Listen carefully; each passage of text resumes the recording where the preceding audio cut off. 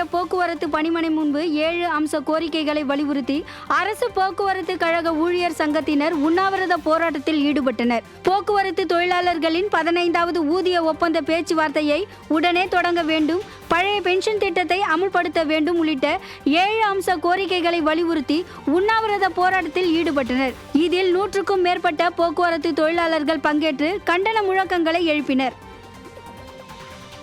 பால் கொள்முதல் கடுமையாக குறைந்துள்ளதால் ஆவின் நிறுவனம் தயாரிக்கும் வெண்ணெய், நெய் போன்ற பொருட்கள் உற்பத்தி பாதித்திருப்பதாக பொதுமக்கள் குற்றம் சாட்டினர். தமிழக பால்வளத்துறையின் கீழ் இயங்கும் ஆவின் நிறுவனம் உற்பத்தி செய்யும் பாலின் அளவு கடுமையாக குறைந்துள்ளதால் வெண்ணெய், பன்னீர், நெய் போன்ற பொருட்களுக்கு கடும் தட்டுப்பாடு ஏற்பட்டுள்ளதாக பயனாளிகள் குற்றம் சாட்டினர்.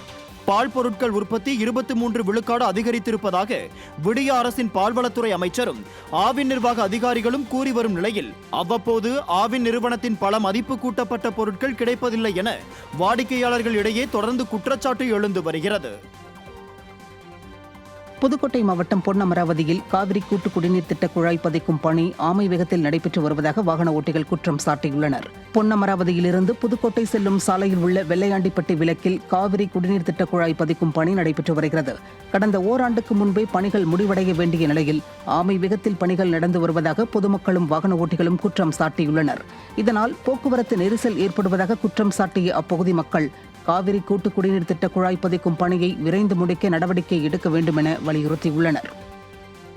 பைப்லைன் காவேரி கூட்டு குடிநீர் தோண்டி பெரிய பிரச்சனையாக இருக்குது. இது ஒரு வருஷத்துக்கு முன்னாடியே முடிக்க வேண்டியது.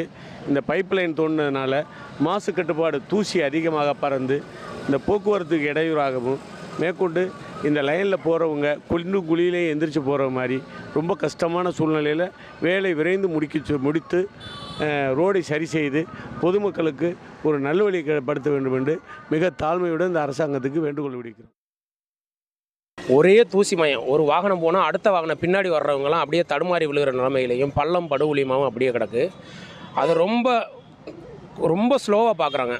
இன்றைக்கி ஒரு 10 மீட்டர் போடுறாங்க, நாளைக்கு ஒரு 10 மீட்டர் இப்படியே போட்டு போனோன்னே ஏரியா விரைவில் நீங்கள் எங்களுக்கு இந்த வேலையை முடிச்சு மீண்டும் இந்த சாலையும் சீரமைத்து கொடுத்துட்டீங்கன்னா எல்லாரும் பொதுமக்களுக்கும் நன்மையாக இருக்கும், எங்களுக்கும் நன்மையாக இருக்கும். இங்கே வாழவே நாங்கள் முடியாத நிலைமையில் இருக்குது.